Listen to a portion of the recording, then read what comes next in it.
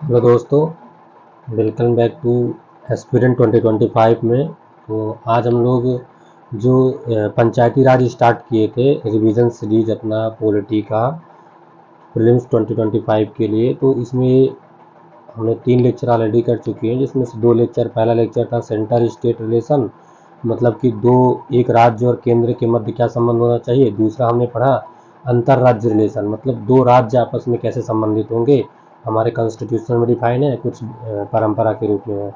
और तीसरा लेक्चर हम लोग का था कि पंचायती राज हम लोग स्टार्ट किए थे, तो उसी की कड़ी में ये अगला लेक्चर होगा चौथा, जिसमें हम लोग स्थानीय सरकार शुरू किए हुए थे। तो उसमें पहले लेक्चर हम लोगों ने किया था वो पंचायती राज में, उसको पंचायत को। अब इसमें नगर पालिका स्थानीय स्वशासन में 2 आता है ना, एक पंचायती राज जो अनुसूची 9 है, नहीं अनुसूची 11 है, और अनुसूची 12 में नगर पालिका है। भाग 9 में है पंचायतें और 9 कक्का में है नगर पालिकाएं। तो हम लोग आज उसी की कड़ी में नगर पालिका वाला अध्ययन करेंगे। पिछले वीडियो में हम लोगों ने देखा था नगर पंचायतों के बारे में, तो उसको अगर आपने नहीं देखा है तो इसके पहले लेक्चर है, उसको आप कर लो और देन इसके बाद इसमें आ जाओ। हाँ, हम लोग डायरेक्ट उसी में चलते हैं, ठीक है।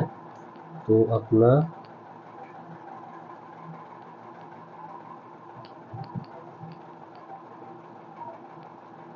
ये हम लोगों ने पढ़ लिया था पेशा एक्ट। देन आज का हमारा था शहरी स्थानीय निकाय, यहाँ से पढ़ना था, है ना, शहरी स्थानीय निकाय। तो इसके बारे में कहाँ वर्णन मिलता है, तो अभी हम बताएं इसके बारे में। हमारे संविधान में अनुसूची 12 है, अनुसूची 12 है। भाग की बात करें तो ये भाग 9 का है, और इसको 74वां संविधान संशोधन के तहत 74वां संविधान संशोधन के तहत इसको जोड़ा गया था, है ना। हमारे कॉन्स्टिट्यूशन में 1993 में ये पास हुआ था, 92 में पास हुआ था, 93 में इसको राष्ट्रपति से वो मिल गई थी, अनुमति मिल गई थी, तब से हमारा ये लागू हो गया था। तो हम लोगों ने इसकी पृष्ठभूमि तो हमने पढ़ा था, इसमें कई सारी समितियां गठित की गई थी, तब ये आया था। जैसे पहली समिति थी, कौन सी आई थी अपनी, सबसे पहले कौन सी समिति आई थी, जेबी के समिति है, फिर जेबी के राव समिति तो बाद में आती है। 1950-54 में 4-5 समिति हम लोगों ने पिछले लेक्चर पढ़ा है, ठीक है, उसको आपको पढ़ लेना है। तो अशोक मेहता समिति, जेबी की राय समिति, गडगिल समिति, एल.एम. सिंघवी समिति। तो जो ये स्थानीय निकाय को अपनाया गया है उसको याद रख लेना, एल.एम. सिंघवी समिति। एल.एम. सिंघवी समिति के अनुशंसा के आधार पर अपनाया गया है त्रिस्तरीय सरकार। तो जो पंचायती राज है वो त्रिस्तरीय, जो पंचायत वाला सेक्शन है वो त्रिस्तरीय है, जो कि नगर पालिका स्तर वाला है। इसमें 3 है, लेकिन ये स्तरीय नहीं है, शहरी प्रकार है। हम लोग पहले आगे देखते हैं, फिर हम क्या बताना चाह रहे हैं, अभी आपको समझ नहीं आ रहा होगा, ठीक है। तो ये क्या है, ऐतिहासिक पृष्ठभूमि के बारे में पहले देख लेते हैं। भारत में स्थानीय शासन का युग वर्ष 1688 में मद्रास नगरपालिका के गठन के साथ शुरू हुआ। ये कुछ फैक्ट है, आपको याद रखने हैं। बाद में 1726 में, सबसे पहले 1688 में मद्रास नगरपालिका, ध्यान रखना मद्रास नगरपालिका, है ना, ये पश्चिम बंगाल में नहीं है, मद्रास अभी कहाँ है, चेन्नई। इसी को अब चेन्नई नाम दे दिया गया है, चेन्नई नाम हो गया। तो मद्रास नगरपालिका गठन के साथ 1688 में फर्स्ट टाइम आया था। फिर 1726 में कलकत्ता और बॉम्बे में इसी तरह के नगर निगमों का गठन किया गया। देन 1882 में भारत के वायसराय लॉर्ड रिपन, बताया था ना कल पिछली वीडियो में बताया था कि लॉर्ड रिपन का कार्यकाल 1880 से लेकर के 1884 तक रहता है। तभी वो लाता है स्थानीय स्वशासन अधिनियम, रिजोल्यूशन लाता है 1882 में लॉर्ड रिपन। तुम्हारे यहाँ स्थानीय सरकार का जनक शायद इसी को बोलते हैं, लॉर्ड रिपन को। स्थानीय स्वशासन का एक प्रस्ताव पारित किया जिसने भारत में नगर पालिका शासन के लोकतांत्रिक रूप को निर्धारित किया। स्वतंत्रता के बाद भारत में स्थानीय स्वशासन के नए युग की शुरुआत हुई, ठीक है। फिर भारत के संविधान में स्थानीय स्वशासन को राज्य सूची का विषय माना गया है, यानी कि स्थानीय स्वशासन राज्य सूची का विषय है ना, इसको आपको ध्यान रखना होगा। वर्ष 1953 में उत्तर प्रदेश सरकार ने 5 बड़े शहर कौन कौन से? कानपुर, आगरा, वाराणसी, इलाहाबाद, लखनऊ में नगर निगम स्थापित करने का निर्णय लिया, जो कावल KAVER, के का मतलब कानपुर, ए मतलब आगरा, बी मतलब वाराणसी, ए मतलब अपना हो गया आगरा, वाराणसी, इलाहाबाद, हाँ, एल मतलब लखनऊ। तो ये कावल 5 नगरों में उन्होंने नगर निगम स्थापित करने का आह्वान किया था 1953 में सबसे पहले। फिर वर्ष 1935 में 1985 में 1985 में केंद्र सरकार ने शहरीकरण पर राष्ट्रीय आयोग की नियुक्ति की, जिसने वर्ष 1988 में अपनी रिपोर्ट दी। अंततः 74वें संविधान संशोधन अधिनियम 1992 द्वारा शहरी स्थानीय निकायों को संवैधानिक दर्जा दिया गया। 74वां संविधान संशोधन, 73वां संविधान संशोधन पंचायती राज से था, वो मतलब नगर पंचायत से था, ये नगर पालिका से था। पंचायत, यहाँ पे नगर पालिका। 74वां संविधान संशोधन 1985 में सरकार ने शहरीकरण पर राष्ट्रीय आयोग की नियुक्ति की, जिसने वर्ष 1988 में अपनी रिपोर्ट प्रस्तुत की। उसी के आधार पर इसका गठन किया गया था। अब हम लोग आगे देखते हैं मेन यहाँ से 74वां संविधान संशोधन अधिनियम 1992 की मुख्य विशेषता है। तो इसमें नगर निगम के स्तर नहीं, ये गलत है, इसमें ये नगर निकायों के प्रकार माने जाएंगे। जैसे हम लोगों ने जो पिछले लेक्चर में देखा था उसमें त्रिस्तरीय था। पंचायत में भी मतलब गांव लेवल पे था पहला, जो बोलते थे ग्राम सभा। उसके बाद ब्लॉक लेवल पे था, जिसको बोलते थे ब्लॉक पंचायत। इसी ग्राम सभा या ग्राम पंचायत बोलते थे। इसको ब्लॉक पंचायत या मंडल पंचायत बोलते थे। फिर इसके जिला पंचायत बोलते थे। ठीक है, तो ये एक इससे बड़ी ये होती थी, इससे बड़ी ये होती थी, ऐसा रहता था। लेकिन यहाँ पे ऐसा क्या है? यहाँ पे ऐसा नहीं है। ये आपस में, ये तीनों आपस में कोई कनेक्शन नहीं रखता। ये केवल एरिया के आधार पर या क्षेत्र के विकास के आधार पर इनको 3 प्रकार में बांटा गया कि हम एक शहर ये मानेंगे, दूसरे टाइप का शहर है, तीसरे टाइप का शहर है। इनमें कोई वो नहीं है कि छोटा बड़ा, ऐसा कुछ नहीं है। बस अगर जो संक्रमण कालीन, जैसे मान लो बहुत बड़ा शहर है, बहुत विकसित हो गया है, तो उसको हम नगर निगम बोलेंगे, क्या? Municipal corporation. ठीक है, अगर वो छोटा शहर सबसे बड़ा होगा उसको हम लोग म्युनिसिपल कारपोरेशन बोलेंगे, सबसे छोटा होगा उसको हम लोग म्युनिसिपल काउंसिल बोलेंगे। सबसे बड़ा वाले को म्युनिसिपल कारपोरेशन, छोटे वाले को म्युनिसिपल काउंसिल, और जो बीच में हो जाएगा कि छोटा ना है ना, बहुत बड़ा है, तो इसको क्या बोलेंगे? उसको हम टाउन काउंसिल बोलते हैं। क्या बोलते हैं? ये नगर पंचायत है ना, नगर पंचायत बोलते हैं। ये नगर परिषद नहीं, नगर पंचायत बोलते हैं, है ना। तो इसको ध्यान रखना, म्युनिसिपल काउंसिल सबसे छोटी वाली, टाउन काउंसिल बीच वाली, और म्युनिसिपल कारपोरेशन सबसे बड़ी वाली। मतलब सबसे हाई जो बड़ी होगी उसको हम लोग म्युनिसिपल कारपोरेशन, उससे जो छोटी होगी उसको हम बोलेंगे म्युनिसिपल काउंसिल, नहीं म्युनिसिपल टाउन काउंसिल। अगर उससे भी छोटी हो, जो सब मतलब इससे बीच में थी, इससे भी छोटी होगी, उसको म्युनिसिपल काउंसिल बोलेंगे। लेकिन ये आपस में कोई इनका कनेक्शन नहीं, केवल अलग अलग, ये किसी दूसरे शहर के लिए, किसी दूसरे शहर के लिए, किसी दूसरे शहर के लिए। जैसे इसमें हम लोगों ने पढ़ा था नगर पंचायत वाले में, उनमें अरे वो पंचायत क्या बोलते हैं, ग्राम वाली जो है, तो उसमें एक त्रिस्तरीय थी। यहाँ त्रिस्तरीय नहीं है, 3 प्रकार है, ये अलग है। ठीक है, तो ध्यान रखना। इनका कार्यकाल कितने वर्ष का होता है? 5 वर्ष का होता है। ध्यान रखना, 5 वर्ष का कार्यकाल होता है। इनका भी पिछले बार जो पढ़ा उनका भी कार्यकाल सेम ही था। तो चुनाव के बारे में बात करें तो नगर पालिका चुनावों का संचालन, अधीक्षण, नियंत्रण के लिए स्वतंत्र राज्य निर्वाचन आयोग। अब आप लोग को बताना है कि राज्य निर्वाचन आयोग से संबंधित संविधान में वो कौन सा है, राज्य निर्वाचन आयोग से संबंधित आर्टिकल कौन सा है। हम लोगों ने पढ़ा था पिछले वीडियो में 243 के, ये किससे संबंधित था? ये वित्त आयोग से संबंधित था, राज्य वित्त आयोग। ठीक है, राज्य वित्त आयोग नहीं के था राज्य निर्वाचन आयोग था, ये तो राज्य निर्वाचन आयोग का था। एक 243 JHI 243I ये था वित्त आयोग, राज्य वित्त आयोग से संबंधित था।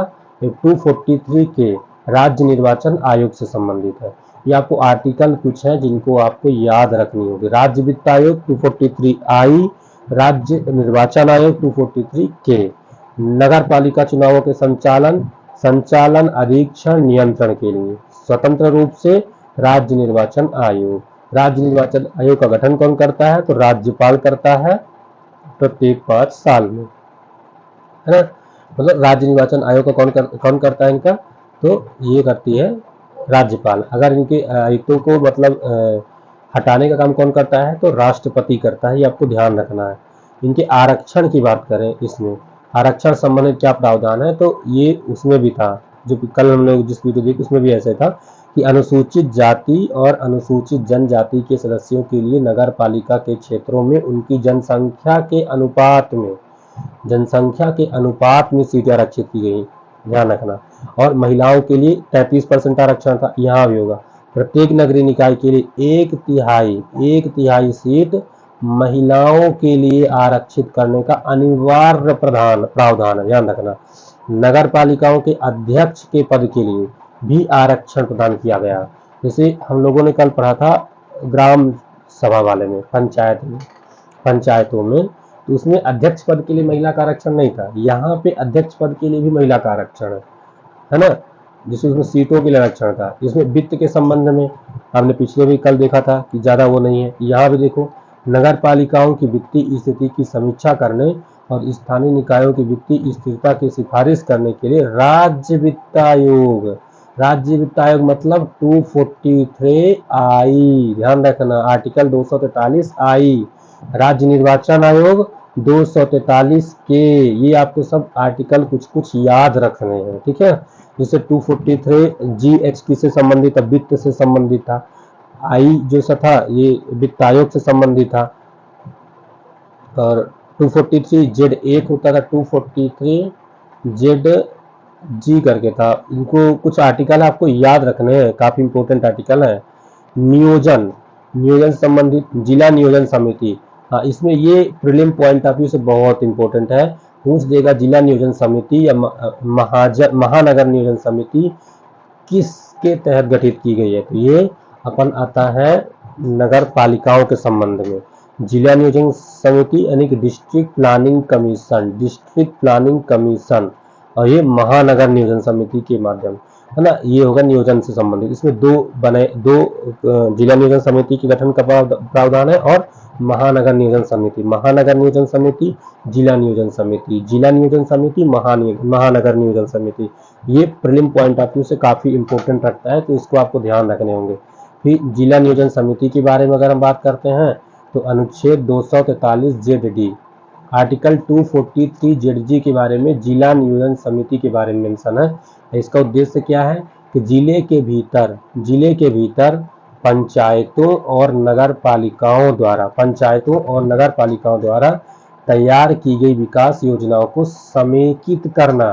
जैसे छिन्न भिन्न सारी योजनाएं परिवर्तित, उनको समेकित करके एक जगह एक साथ लागू करना। ऐसा नहीं कि जैसे गांव में क्या होता है ना कि आज रोड बन गई, कल कहेंगे नहीं अब रोड को खन दो, अब क्या करो उसमें पाइप डालो, तो रोड पूरी खन गई, ठीक है, फिर रोड को बनाया, फिर उसको हटाया, फिर वो नहीं इसके अंदर वायर जाएगा, तो ऐसे खनते खनते पूरा विकास चौपट हो जाता है, पूरा वित्त की हानि होती है, लोगों की हानि होती है, लोगों को असुविधा होती है जो अलग होती है, पोल्यूशन फैलता है। तो इसको सब रोकने के लिए ये सही कदम होगा कि जिला नियोजन समिति जो एक साथ विचार करेगी, बैठेगी और एक बार में सारी योजनाएं समेकित हो जाएंगी, तो सही है। फिर समग्र रूप से जिले की एकल विकास योजना का मसौदा तैयार करना। समग्र रूप से जिले की, एक तो जिला के भीतर पंचायतों और नगर पालिका के द्वारा तैयार की गई विकास योजना को समेकित करना, और फिर समग्र रूप से जिले की एकल विकास योजना का मसौदा तैयार करना। इसमें नोट है, इसको थोड़ा सा देख लो, नोट में क्या लिखा हुआ है कि संविधान की 5वीं अनुसूची और 6ठी अनुसूची के क्षेत्रों में डिस्ट्रिक्ट प्लानिंग कमीशन का गठन नहीं किया गया है। इसको ध्यान रखना है। ये जो अपवाद होते हैं ना, उनको याद रखना होता है, यूपीएससी काफी इनसे पूछती है। क्या था कि जो 5वीं अनुसूची का क्षेत्र है, 10 राज्य हमने कल बताया था, कौन कौन से राज्य याद रखना है। इधर आ जाओ, तेलंगाना, आंध्र प्रदेश, उड़ीसा, झारखंड, अपना आ गया छत्तीसगढ़, मध्य प्रदेश, एंड देन ये राजस्थान, गुजरात, महाराष्ट्र और हिमाचल। 10 राज्य जाते हैं अनुसूची 5 के तहत। अनुसूची 6 के तहत 4 राज्य जाते हैं। 4 राज्य कौन कौन से हैं? त्रिपुरा, मिजोरम, मेघालय, असम। तो यही बात कर रहा है कि जो 5 राज्य हैं, यहाँ पे 10 राज्य हैं और 5 राज्य 6ठी अनुसूची में, यहाँ पे डिस्ट्रिक्ट प्लानिंग कमीशन का गठन नहीं किया गया है। राज्य विधानमंडल ऐसी समितियों की संरचना कौन करेगा? किसको शक्ति दी गई? राज्य विधानमंडल को दी गई है कि राज्य विधानमंडल ऐसी समितियों की संरचना और इनमें सीटों को भरने के तरीके के संबंध में प्रावधान करता है। इनकी सीटें कैसी भरी जाएंगी और इनका सेवा शर्तें क्या होंगी, ये सब कौन तय करता है? राज्य विधानमंडल के ऊपर छोड़ दिया गया है। डिस्ट्रिक्ट प्लानिंग कमीशन के सभी सदस्यों में से कम 4/5 सदस्य जिला स्तर पर पंचायत और जिले के भीतर आने वाली नगर पालिकाओं के निर्वाचित सदस्यों द्वारा और स्वयं में से ही चुने जाएंगे। तो इसको आपको ध्यान रखना है क्या बात कर रहा है, एक बार मैं अच्छे से बताता हूँ। इसमें ये क्या बात कर रहा है कि जो डिस्ट्रिक्ट प्लानिंग कमीशन के सभी सदस्यों में से कम 4/5 सदस्य जिला स्तर पर पंचायत और जिले के भीतर आने वाली नगर पालिकाओं, पंचायत जिला के स्तर पर जो पंचायत है और नगर पालिका के निर्वाचित सदस्यों द्वारा और स्वयं में से ही चुने जाएंगे। निर्वाचित सदस्यों द्वारा और स्वयं में से ही चुने जाएंगे। 4/5 सदस्य को 1/5 सदस्य जो होंगे उनको राज्य विधानमंडल अपना तय करके निर्धारित करेगी, है ना। फिर महानगरीय योजना समिति, अभी हम लोगों ने क्या पढ़ा? जिला योजना समिति ना, डिस्ट्रिक्ट प्लानिंग कमीशन। अब आ गया महानगरीय योजना समिति। तो ये वो थी आर्टिकल 243 ZD के तहत, ये है आर्टिकल 243 ZE के अंतर्गत। इसका उद्देश्य क्या है कि समग्र रूप से महानगरीय क्षेत्र के एक विकास योजना का मसौदा तैयार करना। वो विकास का मसौदा तैयार करती ही थी प्लस योजनाओं को समेकित करती थी। ये विकास योजना का मसौदा तैयार करती है। नोट क्या है कि महानगरीय क्षेत्र एक ऐसा क्षेत्र है जिसकी आबादी 10 लाख या उससे अधिक होती है। ध्यान रखना, महानगरीय क्षेत्र को हमारे संविधान में परिभाषित किया गया है और किस कॉन्सेप्ट पे? महानगरीय योजना समिति के कॉन्सेप्ट पे, ना कि अलग अलग कहीं भी ऐसा कुछ नहीं कहा गया कि महानगर कितनी जनसंख्या से, कितने बड़े एरिया से मिलकर बनेगा, ऐसा कुछ नहीं कहा गया। केवल महानगरीय योजना समिति के संबंध में कहा गया कि महानगरीय क्षेत्र एक ऐसा क्षेत्र है जिसकी आबादी 10 लाख या उससे अधिक होती है। इसमें राज्यपाल द्वारा निर्दिष्ट एक या एक से अधिक नगर पालिकाएं और पंचायतें शामिल होती है। मतलब महानगर में कई सारी नगर पालिकाएं या पंचायतें शामिल हो सकती है। महानगर एक बहुत बड़ा एरिया होता है। राज्य विधानमंडल, ध्यान रखना, राज्य विधानमंडल ऐसी समितियों की संरचना और सीटों को भरने के तरीके के संबंध में प्रावधान करता है।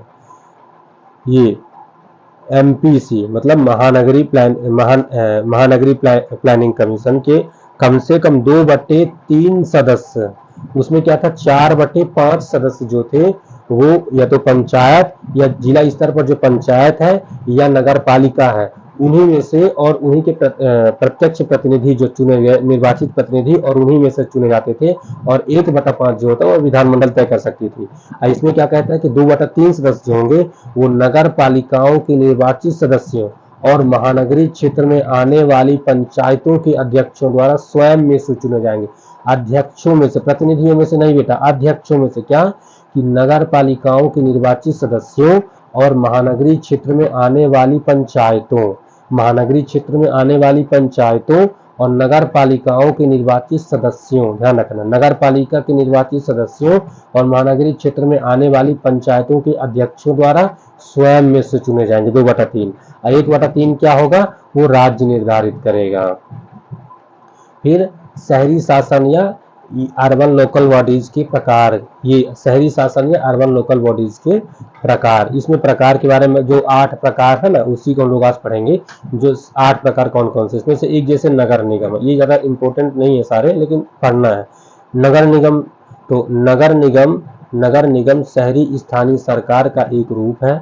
शहरी स्थानीय निकाय का, देखो नगर निगम शहरी स्थानीय सरकार का एक रूप है। यहाँ बड़े शहरी क्षेत्रों में देखा जाता है, यह बड़े शहरी क्षेत्रों में, ठीक है। इसमें 3 प्राधिकरण होते हैं नगर निगम में। 3 प्राधिकरण होते कौन? एक परिषद, एक स्थायी समिति, एक आयुक्त। आयुक्त जो होता है वो जिला कलेक्टर होता है ना। स्थायी समिति क्या होती है? वो इसकी सहायता करती है परिषद में। परिषद क्या होती है? एक प्रकार से विधायिका होती है। परिषद क्या होती है? एक प्रकार से विधायिका होती है। स्थायी समिति जो होती है वो इसको सहायता करती है, और जो आयुक्त होता है ये एक प्रकार से कार्यपालिका काम करता है, जिला कलेक्टर होता है ज़्यादातर, और यही जो ये कोई रूल्स एंड रेगुलेशन बनाती है वो इसको इम्प्लीमेंटेशन का काम करता है आयुक्त। तो नगर निगम में तीन तीन प्राधिकरण होते हैं, परिषद, स्थायी समिति और आयुक्त। आयुक्त कार्यपालिका का काम करता है, स्थायी समिति अपना इनकी सहायता करती है, और परिषद जो होता है वो विधान बनाने का काम करती है। ठीक है, तो परिषद यह महापौर की अध्यक्षता में, कौन, महापौर की अध्यक्षता में विचार विमर्श करने वाला निकाय है। स्थायी समिति के बारे में बात करें तो परिषद के कामकाज को सुविधाजनक बनाने के लिए गठित है, मतलब ये उसी की सहायता करती है परिषद की। और नगर निगम जो आयुक्त होता है एक प्रकार का कार्यपालिका होता है, तो लिए गए निर्णयों को लागू करने के लिए आमतौर पर आईएएस अधिकारी होता है, बताया ना, आमतौर पर एक आईएएस अधिकारी होता है जो कार्यपालिका का काम करता है, यही आयुक्त होता है, नगर निगम आयुक्त होता है। तो सबसे बड़ा नगर निगम ही होता है ना, म्युनिसिपल कारपोरेशन, इसी को बोलते हैं म्युनिसिपल कारपोरेशन। ठीक है, आप आ जाओ नगर पालिका या नगर परिषद, इसको क्या बोलते हैं, जो सबसे छोटा वाला होता है इसको बोलते हैं म्युनिसिपल काउंसिल, इसको बोलते हैं म्युनिसिपल काउंसिल। ठीक है, म्युनिसिपल काउंसिल। तो नगर परिषद छोटे शहरी क्षेत्रों में, ठीक है, शहरी स्थानीय सरकार के रूप में पाई जाती है। इसकी संरचना एक निगम के समान होती है, मतलब इसमें भी एक परिषद होगी, एक समिति होगी और एक आयुक्त होगा, मतलब ये भी नगर निगम के समान ही है, नगर पालिका या नगर परिषद। नगर परिषद के पास नगर निगम की तुलना में कम वित्तीय और प्रशासनिक अधिकार होते हैं। ये तो आपको छोटा है, थोड़ा सा तो कम ही रहेगा। अब आ गया अधिसूचित क्षेत्र समिति, एक हो गया अधिसूचित क्षेत्र समिति। तेज गति से विकसित हो रहे शहर के प्रशासन के लिए राज्य सरकार की अधिसूचना द्वारा स्थापित पूरी तरह से मनोनीत होते हैं। यहाँ के जो अधिसूचित क्षेत्र समिति होते हैं वो स्पेशल रीजन होते हैं, जहां राज्य सरकार जो बोलती है कि हम उसको डेवलप, राज्य सरकार जो किसी क्षेत्र को डेवलप करना चाहती है या कोई क्षेत्र डेवलपिंग में होता है, तो राज्य सरकार ऐसे क्षेत्र नामित करती है, फिर वहां पे ऐसे अधिसूचित क्षेत्र समिति बनाती है, मनोनीत करती है कि वो उसका प्रशासन की देखरेख करता है ना, ये अधिसूचित क्षेत्र समिति, ध्यान रखना। फिर नगर क्षेत्रीय समिति, नगर क्षेत्रीय समिति तो छोटे शहर के प्रशासन के लिए सीमित संख्या में ही नागरिक कार्य सौंपे जाते हैं। ठीक है, मतलब यहाँ चुनाव नहीं होता। नगर क्षेत्रीय समिति, नगर क्षेत्रीय समिति, अधिसूचित क्षेत्र समिति। एक हो गया छावनी बोर्ड, ये इंपॉर्टेंट है, छावनी बोर्ड, कंटेनमेंट बोर्ड जो होता है, ये छावनी क्षेत्र नागरिक आबादी के प्रशासन के लिए होते हैं। ये देखिए ध्यान रखना कि ये रक्षा मंत्रालय के अधीन होती है, जहाँ सेनाएं होती हैं। छावनी अधिनियम 2006 के माध्यम से बनाया गया एक सांविधिक निकाय है, संवैधानिक नहीं है, ये सब संविधान में मेंशन नहीं है, ये सांविधिक निकाय है, संसद ने बनाए हैं इसको। रक्षा मंत्रालय के अंतर्गत ये काम करता है, रक्षा मंत्रालय के अधीन होता है, रक्षा मंत्रालय के अधीन होता है। ठीक है, उसके बाद आता टाउनशिप, जहां सरकार के कर्मचारी रहते हैं। टाउनशिप अपने कर्मचारियों को नागरिक सुविधाएं प्रदान करने के लिए सार्वजनिक क्षेत्र के बड़े उपक्रमों द्वारा स्थापित, जहां कंपनियां होती, फैक्ट्रियां होती है, तो वहां पे ये टाउनशिप का कॉन्सेप्ट आता है। इसके तहत वहां का प्रशासन संचालित होता है सार्वजनिक उपक्रम द्वारा। सार्वजनिक जो पब्लिक सेक्टर इंटरप्राइजेज होती हैं, तो सार्वजनिक उपक्रम द्वारा नियुक्त टाउन प्रशासक के नेतृत्व में कार्य करती है ना। टाउन प्रशासक जो होता है वो उसका अध्यक्ष होता है, इसके तहत इसके कार्य होता है। एक न्यास पत्तन जो होता है, जैसे पोर्ट ट्रस्ट, जहाँ जैसे जो तटीय क्षेत्र है वहां पे पोर्ट होते हैं, तो उनकी देखभाल करने के लिए प्रशासन होता है। तो वहाँ आसपास जनता भी निवास करती है, मतलब नागरिक लोकल लोग भी निवास करते हैं, तो उनका प्रशासन भी पोर्ट ट्रस्ट के निर्देशन में ही होता है। तो बंदरगाह क्षेत्रों में स्थापित संसद के एक अधिनियम द्वारा निर्मित है और निर्वाचित प्लस मनोनीत दोनों सदस्यों से मिलकर गठित किया जाता है। कौन, न्यास पत्तन पोर्ट ट्रस्ट, इसमें निर्वाचित भी होते हैं कुछ लोग मनोनीत होते हैं, दोनों होते हैं इसमें। संसद के अधिनियम के द्वारा इसका गठन किया गया है और बंदरगाह क्षेत्रों में स्थापित किया गया है, ये तो ठीक है। दूसरा, विशेष प्रयोजन एजेंसी, स्पेशल प्रयोजन के लिए, जैसे नहीं होता, जैसे प्रदूषण नियंत्रण बोर्ड हो गया, ये क्या है, ये एक एजेंसी ही तो है जिसका स्पेशल पर्पज के लिए, पोल्यूशन कंट्रोल करने के लिए बनाया गया है। ऐसे ही अधिकरण बनाए जाते हैं। ये कार्य आधारित संस्था है ना, जैसे इन्वायरमेंट के लिए एक अलग बन गया, पोल्यूशन के लिए एक अलग बन गया, जल प्रबंधन के लिए अलग बन गया, ऐसे विशेष एजेंसी बनती है। ये क्षेत्र आधारित नहीं होती है, ये काम आधारित होती है ना, ये कार्य आधारित होती है ना। विशेष प्रयोजन एजेंसी, ये क्षेत्र आधारित नहीं होती, ठीक है, राज्य सरकार के अधिनियम द्वारा स्थापित होती हैं। ये राज्य, जैसे पोर्ट ट्रस्ट किसके अधिनियम के द्वारा, राज्य संसद के अधिनियम द्वारा, विशेष प्रयोजन एजेंसी राज्य अधिनियम द्वारा। ये स्वायत्त निकाय है ना, ये स्वायत्त निकाय होती हैं और शहरी स्थानीय सरकारों से स्वतंत्र होकर आवंटित कार्य करती हैं। शहरी स्थानीय निकायों से पूरी तरह से स्वतंत्र होती हैं, ठीक है। अब आता है शहरी शासन पर अधिनियम का प्रभाव। शहरी शासन पर अधिनियम का क्या प्रभाव पड़ेगा? तो पहला तो शासन के तीसरे स्तर के रूप में अर्बन लोकल बॉडीज को मान्यता, ठीक है। व्यापक राजनीतिक प्रतिनिधित्व बढ़ेगा ही, ऑफकोर्स। महिला सशक्तिकरण, क्योंकि 33% का आरक्षण दिया गया। नगर निकायों के लिए स्वतंत्र चुनाव होंगे, सही, जिससे लोगों की भागीदारी बढ़ेगी। वार्ड समितियों का गठन होगा, जो वार्ड मेंबर होते हैं उनका भी चुनाव ही होता है। नगर निकायों की वित्तीय व्यवस्था में सुधार होगा, बिल्कुल, क्योंकि अब जब राजनीतिक अधिकार दिए तो कुछ वित्तीय अधिकार भी देने होते हैं, तो इसके तहत ये ठीक है। अर्बन लोकल बॉडीज से संबंधित क्या चुनौतियां हैं? जैसे चुनौतियां हम लोगों ने वहां भी पढ़ी थी कि एक तो वित्त की समस्या हो जाएगी, अधिकार की समस्या हो जाएगी, जैसे इसमें देख लेते हैं। राज्यों द्वारा विवेकाधीन शक्ति का प्रयोग, राज्य जो होता है अपनी विवेकाधीन शक्ति यूज करके इनकी पावर को कम करता रहता है, उसमें हस्तक्षेप करता रहता है। दूसरा, सत्ता के हस्तांतरण का अभाव रहता है, जैसे जो अध्यक्ष पद होता है केवल 1 साल के लिए होता है, तो ये काफी आलोचना भी होती है इसकी कि कम से कम 5 साल तो होना चाहिए, तो ठीक है। इसमें देखो राज्य वित्त आयोग है ना, ये राज्य वित्त अनुच्छेद 243 आई की सिफारिश की काफी हद तक अनदेखा किया जाता है और महापौर की स्थिति पर अधिनियम मौन है, ठीक है। जीएसटी ने अर्बन, मतलब जीएसटी काउंसिल जो है, अर्बन लोकल बॉडीज की वित्तीय स्थिति को और भी अनिश्चित बना दिया है। जीएसटी ने अर्बन लोकल बॉडीज की वित्तीय स्थिति को और भी अनिश्चित बना दिया है। एक तरफ शहरी स्थानीय निकायों की वित्तीय हिस्से पर जीएसटी मौन है, तो दूसरी ओर इसने कई स्थानीय करों को समाहित कर लिया है। जैसे पहले जो होते ना चुंगी कर ये सब लगा लेते थे तो लोग कुछ न कुछ पा जाते थे, जीएसटी के चक्कर में कुछ भी नहीं आया, तो मतलब इनकी जो वित्तीय स्थिति है थोड़ी कमजोर हुई है, ऐसा बोल रहा है। शहरी शासन पर दूसरे प्रशासनिक सुधार आयोग की क्या सिफारिश है? जो दूसरा प्रशासनिक सुधार आयोग गठित हुआ था उसने शहरी स्थानीय निकायों से संबंधित क्या उसकी सिफारिश है? तो एक सिफारिश जैसे कहता है कि नगर पालिका परिषद और कार्यकारी अधिकारी मतलब ब्यूरोक्रेट, कार्यकारी अधिकारी मतलब ब्यूरोक्रेट, और नगर पालिका परिषद मतलब जो निर्वाचित सदस्य हैं के कार्यों को एक ही पदाधिकारी अर्थात चेयरपर्सन या मेयर में जोड़ा जाना चाहिए। कहता है इनके जो कार्य वो नहीं कि जैसे ब्यूरोक्रेट अलग काम कर रहा है और नगर पालिका पर अलग काम कर रही है, वैसे सामंजस्य स्थापित नहीं हो पाता है, तो ये कहता है कि इनका जो चेयरपर्सन जो हो वो एक ही होना चाहिए। फिर दूसरा कहता है कि नगर पालिकाओं की कानूनी और वित्तीय आवश्यकताओं को पूरा करने के लिए एक जिम्मेदार निकाय के रूप में इनका उधार क्षमता बढ़ाई जानी चाहिए।